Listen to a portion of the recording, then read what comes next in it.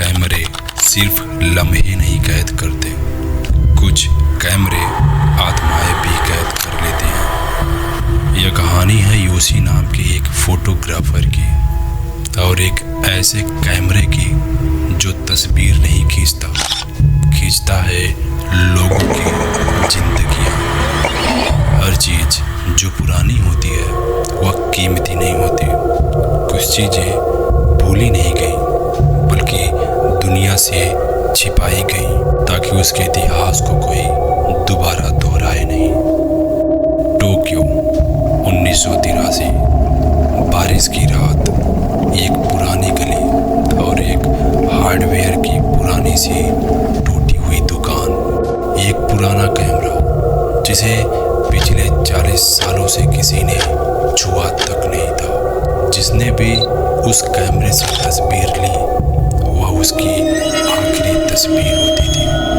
यह लाइन सिर्फ एक अफवाह नहीं थी, वह एक सांप था। वह कैमरा लेंस से देखता नहीं था, खींचता था लोगों की जिंदगियां। और उसकी खींची हुई आखिरी तस्वीर आज भी एक कांच के डिब्बे में बंद है, लेकिन उस लड़की की आंखें अब भी कैमरे के लेंस के बाहर दिखाई देती है। वो आवाज आज भी आती है बिना किसी उंगली के दबाए, और कहते हैं जिस दिन कैमरा आखिरी क्लिक करेगा वह किसी की जिंदगी का आखिरी दिन होगा।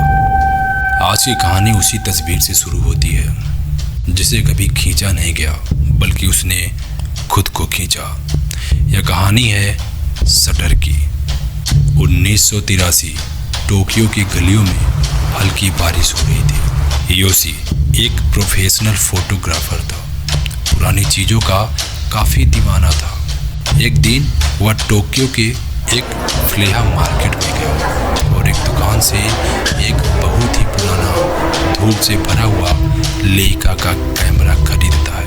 कैमरा खरीदते वक्त दुकानदार ने योशी से कहा, बेटा इस कैमरे से जो भी तस्वीर खींची जाती है वह कभी वापस नहीं आती। योशी मुस्कुराता है और कैमरे को खरीद कर अपने घर ले आता है। योशी घर आकर अपनी पत्नी अयाका की तस्वीर खींचता है। जब वो फोटो डेवलप हुई, पीछे एक धुंधली सी परछाई दिखाई देती है। एक महिला, लंबे बाल, चेहरा ढका हुआ। योशी ने सोचा शायद कैमरे में कोई डस्ट का प्रॉब्लम होगा, लेकिन यह महज एक शुरुआत थी। अगले कुछ हफ्ते बीत जाने के बाद योशी ने अपने दोस्तों की तस्वीरें खींची। हर तस्वीर में वही आकृति धीरे धीरे और भी करीब आती जाती थी। फिर अचानक से एक दोस्त ने खुदकुशी कर ली। मरने से पहले उसने सिर्फ इतना कहा, वो लेंस से बाहर आ गई है, वो अब अंदर नहीं है, मुझे बचाओ। अब योशी को समझ में आ गया था यह कैमरा कोई सामान्य कैमरा नहीं है, इसके पीछे कुछ तो राज है। यह सब पता लगाने के लिए वह कैमरा लेकर ओसाका की एक लाइब्रेरी जाता है, जहां उसे पता चलता है कि इस कैमरे की आखिरी मालकिन एक लड़की थी जिसने आत्महत्या से ठीक पहले अपनी तस्वीर खिंचवाई थी लेंस में देखते हुए। कहते हैं उसकी आत्मा उसी वक्त कैमरे में कैद हो गई थी और अब वह हर तस्वीर से धीरे धीरे बाहर आ रही है।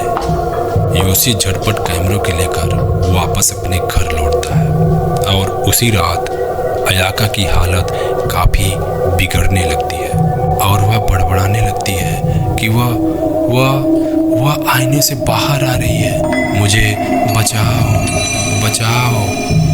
और इतना कहते ही अयाका अचानक से गायब हो जाती है। यह सब देखकर योशी की बोलती बंद हो जाती है और जब योशी पीछे मुड़ता है तो उसे दिखाई देता है दीवार पर खून से लिखा हुआ क्लिक और डाई। योशी ने कांपते हुए कैमरा उठाया और जैसे उसने क्लिक किया, फ्लैश चमका और कैमरे में दिखा अयाका के पीछे वही आत्मा अब बेहद ही पास आ चुकी है और अचानक से रूम में अंधेरा छा जाता है। यह सब देखकर योशी डर के मारे बचाओ कहकर बेहोश हो जाता है।